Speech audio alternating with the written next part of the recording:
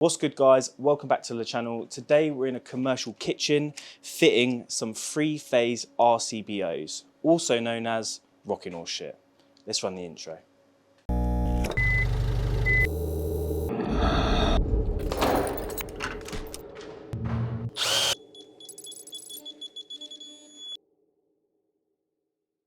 Boy, have we got some kit to play with today. That's why these are super rare breakers, of course. Where's it going to pick this neutral up? No, they haven't, Jay. Why'd they have a hole in it?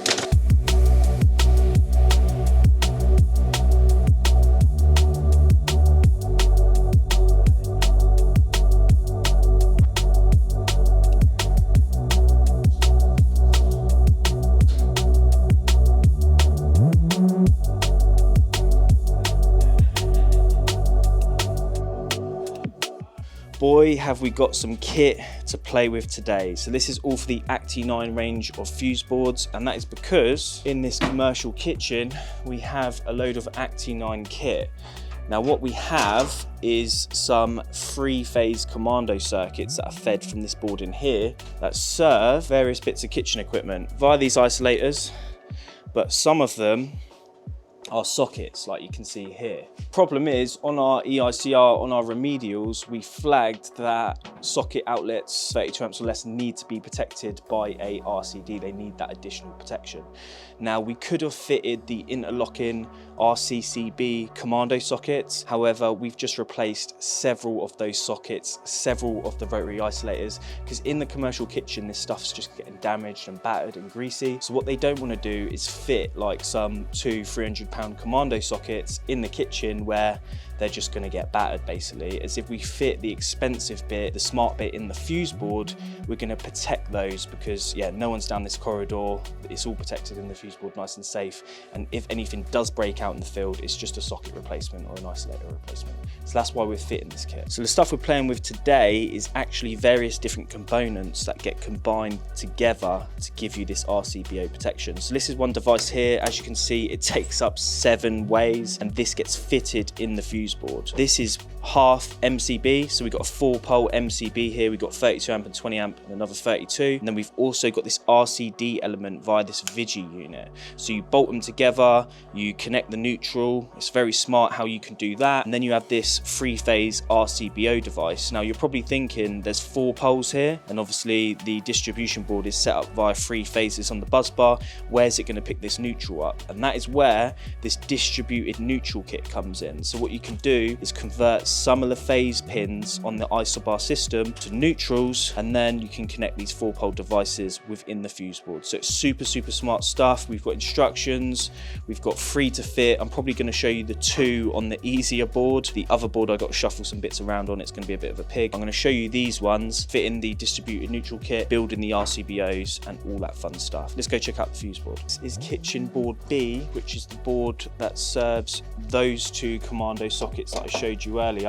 There is a board just down there, kitchen A, that serves another commando socket in a different location. So I've got to fit one in there. Now the reason why I said this one is the easier of the 2 is, as you can see, the amount of spare ways we've got here is very forgiving. That's one device, and then we're going to fit another device between here. We might have to shuffle some bits about, but we've got plenty of room to fit all of this kit. The other board, we've got 7 spare ways, but they're dotted about the board. So we've got to reconfigure everything so that we can have the 7 ways. And I guess that is the one downside of those RCBO devices, is they are massive. But in certain situations where you need them in the board itself, or if you can spec the board to have enough space to accommodate them, they're really smart. Makes it super easy. I'm going to get the cover off.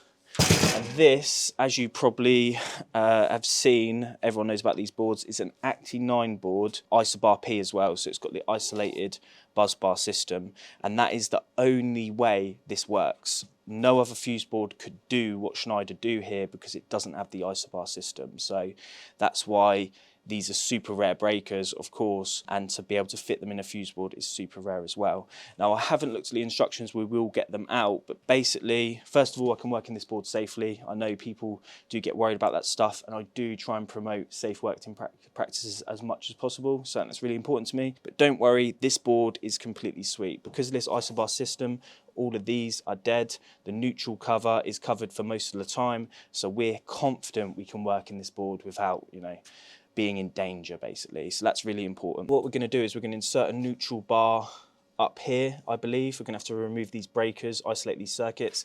That's why I probably look a bit tired, because it's about 6:30 in the morning. We've got in early today to do this. We've left, I got up about 4:30, got Jay about 5, was it Jay? So yeah, we're all a bit sleepy. Got in early because we've got to isolate some of these circuits, get a neutral bar in here, which is then going to allow us to convert some of these phases to be neutrals. Then we can fit the 4-pole devices in, extend the circuits round, and we're pretty much getting there. Let's go get the distributed neutral kit and start fitting it. So what have we got? We've got some stickers. Do you want me to save stickers for you, Jay? Would you like to do the stickers? All right. And then we've got all sorts. We've got these, which I guess these block off the phases. And then we've got some screws. So we've got a couple of them, a couple of them, a couple of them. Okay. And then this time, I'm not going to neglect the instructions because, yeah, there's a lot going on. So, step 1, remove the neutral bar. Happy with that. We're going to need to, let's have a look, but I'm pretty certain we're going to need to turn this board off actually. Let's prove my testers on a known source. Yeah. Yeah. Okay. Turn it off. 1, 2, 3, 4, 5, 6, 7, 8, 9, 10.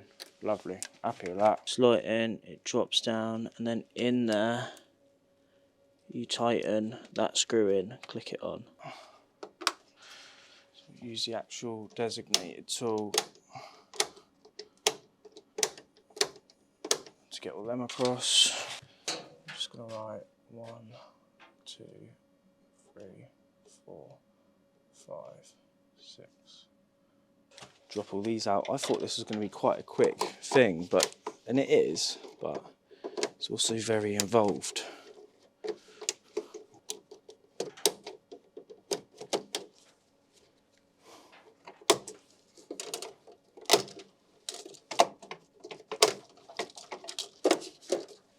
I think we are pretty lucky and we actually don't need to drop that whole main switch section out. So I've removed this little angled piece off the bottom as per, I believe, Schneider's recommendation. And then what we need to do is slot this in here.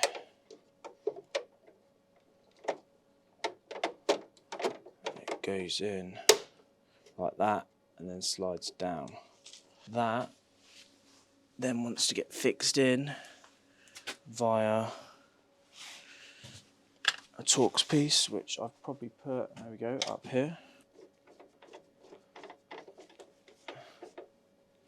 That's screwed in there. Now that will probably have a torque rating. 2.5, cool. So now we're going to be fitting these little things which convert a phase to a neutral. Now as you can see, I've got all these breakers in the way, but as you can see we've got the neutral bar running down here, and of course we fix that into the neutral bar. That was pretty easy. On the non-PON boards, I believe, don't quote me, but I'm pretty sure you have to drop this actual whole assembly out, which is what I was looking at in those instructions. But with the newer PON boards with the plug-on neutral system, I think they've just updated this neutral sort of guard so that it accepts that distributed neutral kit a little bit better. So it was literally a case of just removing the breakers, dropping it in and bolting it down, torquing it up. So yeah, real easy. These we want to be putting where our neutral is. So that's going to go there. So I'm going to need you to be a neutral, and that is done by pinning that in there like so.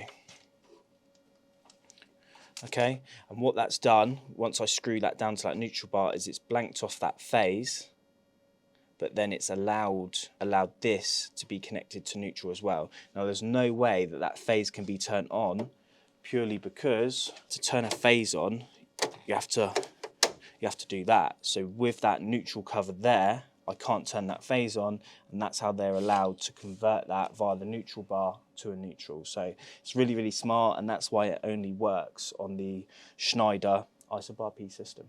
They need to be 2.5 Newton meters as well, and they are just a Phillips. Are they a Phillips? Right, that one's in. That's not going anywhere. So that is going to sit there eventually, and you can see that's how it picks up that neutral connection via there. Now it is going to reconfigure those phases a little bit. Okay, so that is something we're going to have to label correctly at the labeling stage. I think if you were designing a whole board full of these, you could get, you know, your L1s, your L2s all working out nicely, evenly. But in our case, we're adapting an existing board, so we're just going to have to do what we can with the phasing. It's basically going to take up these two ways, and I'll label that on the other end of the isolator. This one's going here. That means our other one's going to start there, and that means that this needs to get clipped in here. So you can see again that sort of gets tucked in, tucked over the phase. It actually sort of tightly hugs the pin of the phase, but again, because of the isobar system, there's no way that that phase can get turned on because of this sort of neutral cover here. So it's really, as you can tell, I'm really impressed by it. There we go, so that's torqued up. We've got our two neutrals in. Now we just need to fit our covers. Again, because this is such a well-made board, all of the neutral parts are considered live, of course, and therefore they're covered in this board so you can get the cover off. And Schneider have thought about that with the distributed neutral kit as well, because they come with a load of blanks that just cover this off. So we'll go get them clipped in now as well. These actually say ensure neutral connection is made before fitting this cover. And that's a very good point. So what I am going to do is try and jam in to the neutral bar, which I'm not going to be able to do without removing that. I'm going to go here and we'll go to the top.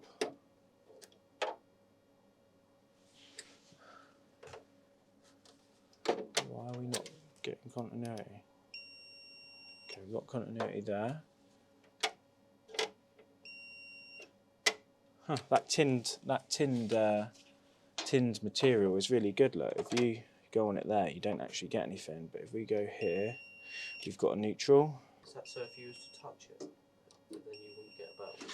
In that, it's just to protect it against corrosion and stuff, to be honest with you. I also think these need a new battery because the bell's been, they work, I've proven that they work, but the buzzer has been a little bit intermittent. So yeah, but we've got neutral everywhere. But if you scratch it on there, you don't really get it. But if you tuck it into the copper, you should get it. There you go. But yeah, it's just a coated, a tin coating just to help against like corrosion and stuff like that. It's nothing. That's it. Exactly. Exactly. Right, we've got that. So now, thank you, Schneider. I can fit your covers. So these literally just clip in like so. Real easy, real simple. And they're just, again, just keeping this neutral covered. They're keeping the compliance of the board, basically, and just tidying all of that up. And obviously you want these fitted before you fit your breakers back in. Quite a smart system, really, isn't it? Like, that they've thought of all this. Like they're already ahead of the game with like the isobar system, and then this sort of stuff's next level. So now you can see that is completely covered. You cannot see the neutral bar anymore. It's completely sweet. We've got these fitted, locked in, torqued up. So now it's just a case of fitting our breakers. But first, I'm going to get all this stuff popped back in. Let's get number 1 in. 6, 7, 8. What is the difference between Acti9 and isobar? So there isn't actually. Acti9 is the range of boards. This is a Type B board. They do Type A, which is a more robust enclosure. You'd probably find it in like a like even more industrial than this, yeah, heavy duty. Like your clothes. You can get glass fronts on them and stuff like that. And I think maybe they're probably used like in Europe more or something. You don't really see them in the UK. Acti9 is just like the range of boards, and then Isobar is the buzz bar system. Okay, so it's like having an Air Force One, but it's your Nike. Yeah, exactly. Yeah, Nike's the Schneider, Acti9's the range, Easy9's their domestic range, etc., etc., etc. You can tell I'm tired. Yeah, Isobar P is the bus bar system, and what you can do is you can get the Isobar P system in other boards. So Blakely Electric make like site temp boards, the red boards that you see on building sites. They have the Isobar system in them, but it's not a Schneider board. It's a Blakely board. So basically, like they sub it out. Like Not sub it out. You can buy these assemblies. Oh, okay. So again, if you had yeah, you can buy this assembly without this enclosure, this Isobar assembly. So if you had a really bespoke panel which you couldn't isolate the feed to, because that does happen. We had the same at Kew Gardens and Wakehurst. Then what you do is you isolate this part of the panel. It might be like a rye-filled chamber or something like that. You gut that out and you fit one of these in there to bring it up to modern standards. And a lot of those boards, they just have a metal cover over them. You have to remove the cover to get into it because you can't chop all this out to fit. So you get a blank cover, but because it's Isobar, it's completely safe. You can work in there with it on and stuff like that. So right, they're all on, they're all torqued. We can then flick those phases back on.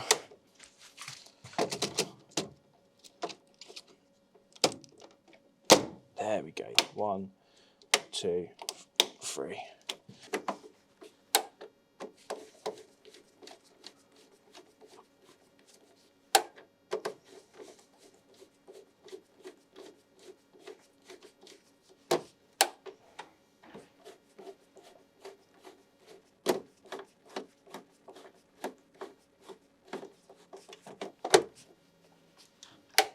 So you can see here we've got our RCBO fitted in the board. So the RCD module, the neutral connected, and then once I slide these across as well, that will be the phases live, and we just connect into here. Pretty smart. I'm going to go show you now how to actually make this device, because that's one of the most impressive bits. Is that right? Right, so making a 3-phase RCBO. Sounds a bit intense, very simple. What we have is our MCBs, and then we have these Vigi units. These are rated up to 63 amps, and they are type A RCDs, and they provide 30 milliamps of protection. And they basically have an actuator in here which knocks off the breaker. They're very easy to configure. So you want to start with your MCB, we'll do the 20, and you want to start by peeling this tab off here. And that's gonna expose that switch mechanism. So hopefully Jay's focusing on that and you can see the internals of the switch mechanism working there. So that's that exposed. Want to make sure that this is on and the breaker's off. That just helps it clip together. And then we want to poke these into the bottom here. We want to line up these pins on the side, and then it should, he says, it should click together like so. Hopefully you heard that very subtle click. We're then going to place that down. We want to slide this in. So I'm going to push that in, slide that across. And that is basically just locked the two devices together, so that they're now sort of completely interlocked. Then want to tighten up these terminals, which is going to connect those little leads basically of the Vigi unit into the MCB, and extend the phases through the residual current device.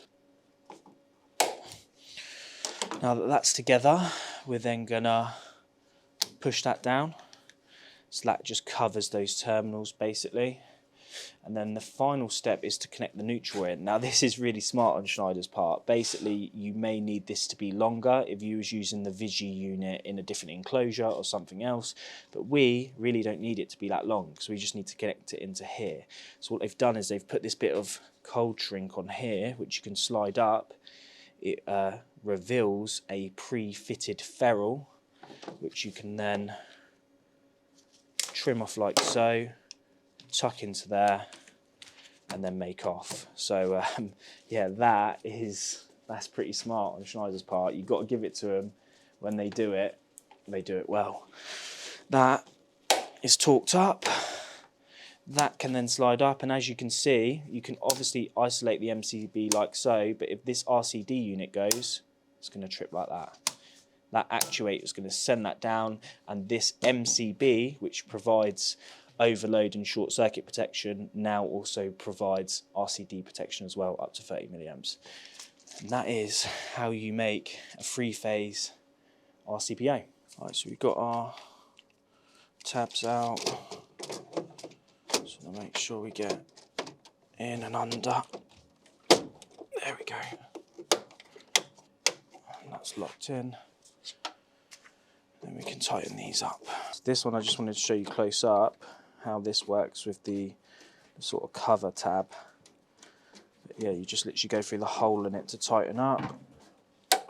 Torque screwdriver clicks, and that is our three-phase RCBO fitted.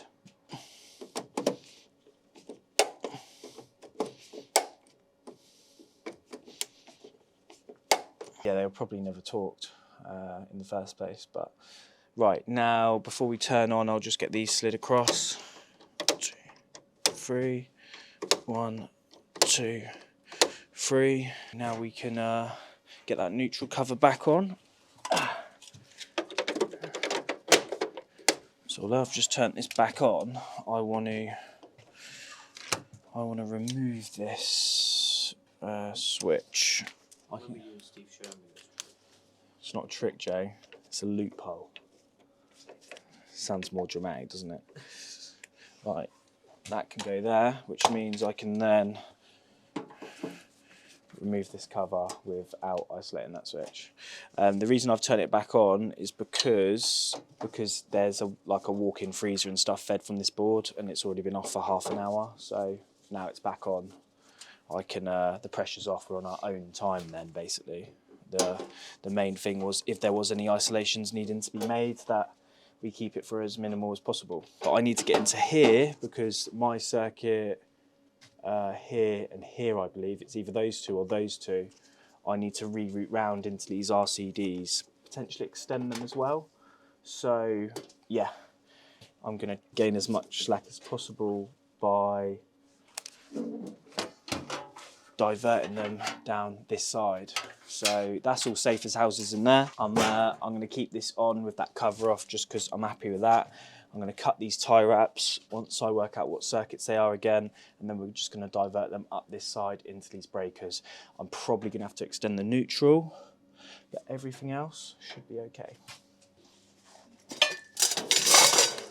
Huh? Looks lovely in there. I'll tell you what though, I'm not going to coat it off because I'm going to use all of that slack, so yeah. What absolute legends. 4L3 and 5L3. 1, 2, 3, 4. 4 and 5, these two. Bosh, bosh. 32's going higher. So let's do you first.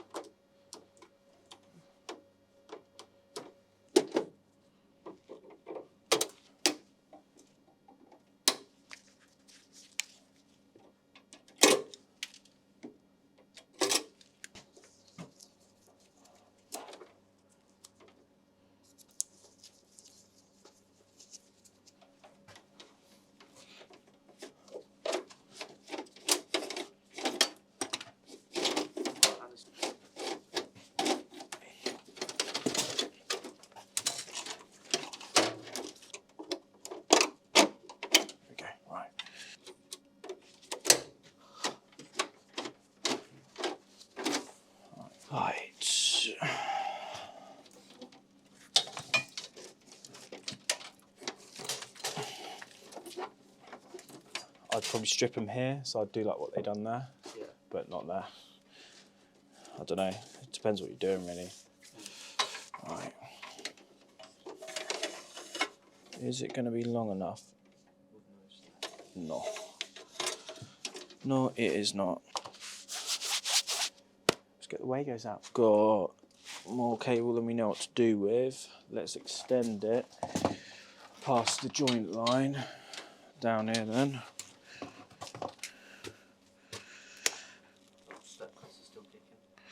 Still kicking. I haven't got the next pair out of cold storage yet. So they had a great hole in them? No, they haven't, Jay. Why'd they have a hole in them? I'm going to fold you down. I'm going to cut you about there. Join you on like so. You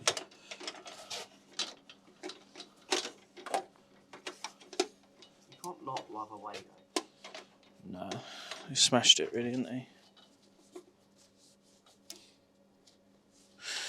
We'll trim these tie wraps. Bosh. Bosh. That can get tucked in there, and you can see I've just extended that in the board.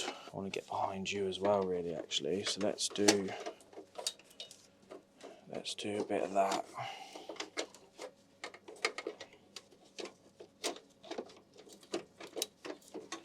There we go.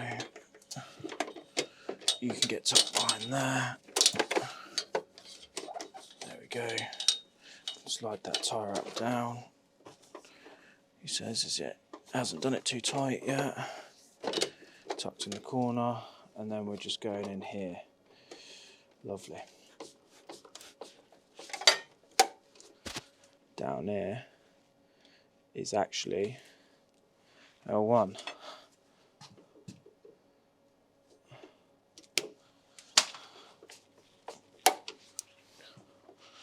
Then our next phase is L3. If you was to do this without the isobar system, would you have to put like a separate enclosure in? Yeah. Yeah, 100%. And you would probably just fit an RCD. There we go.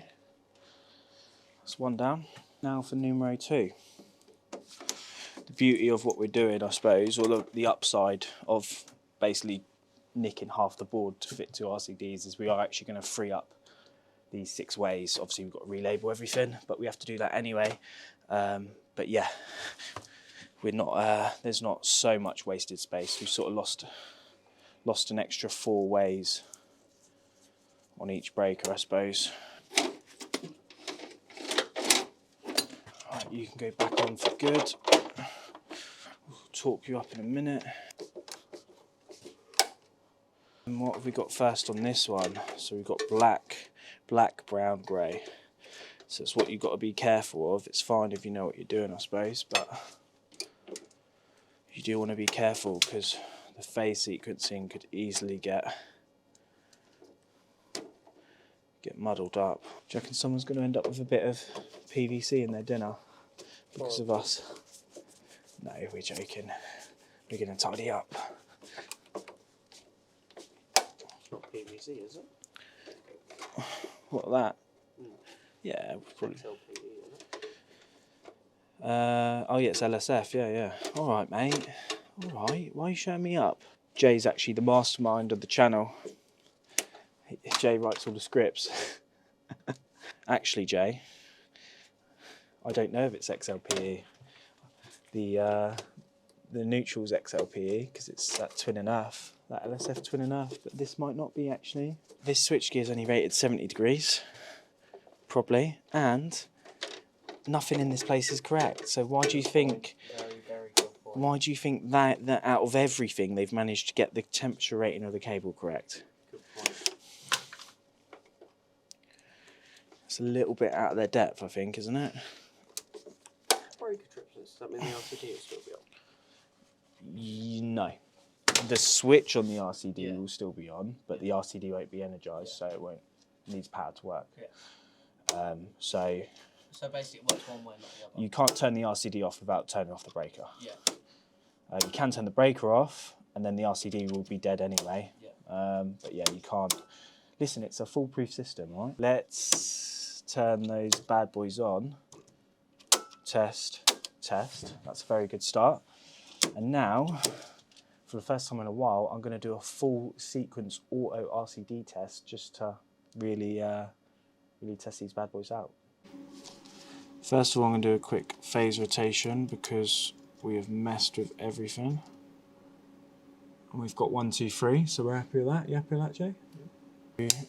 RCD auto 30 milliamps type A. If I can wedge this in between here, there we go. Put that there, and that on there. If I press test and take that off of Vigi, can you go reset it back at the board?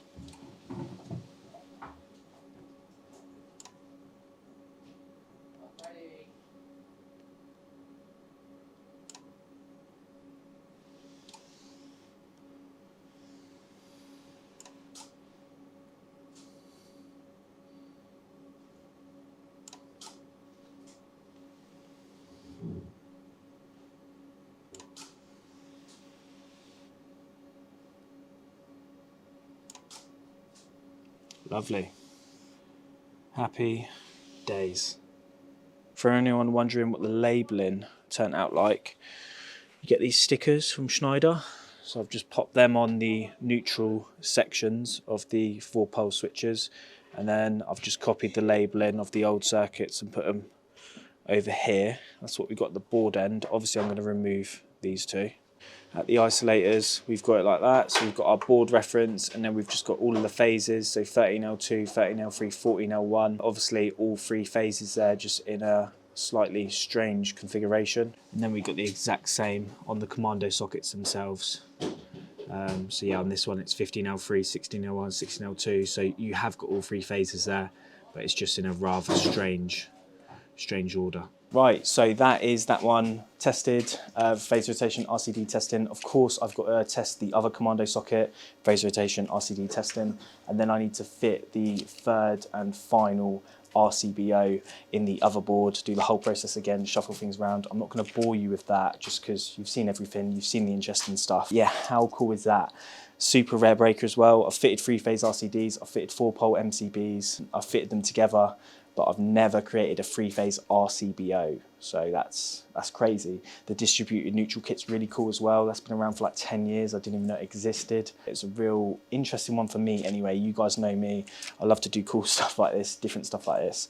So I really enjoyed making this video. Hopefully you've enjoyed it. If you have, please drop a like. It really supports the videos. Trying to grow the channel and yeah, grow what I'm doing here, so any support would be much appreciated. Speaking of support as well, you may know that Unilite are official channel sponsors, so I always sold Unilite through Loadout, love their products, use their products day in day out, and you can use code RESIDUAL to get yourself a little discount. So yeah, use code RESIDUAL at checkout, grab a discount, and I'll catch you on the next one.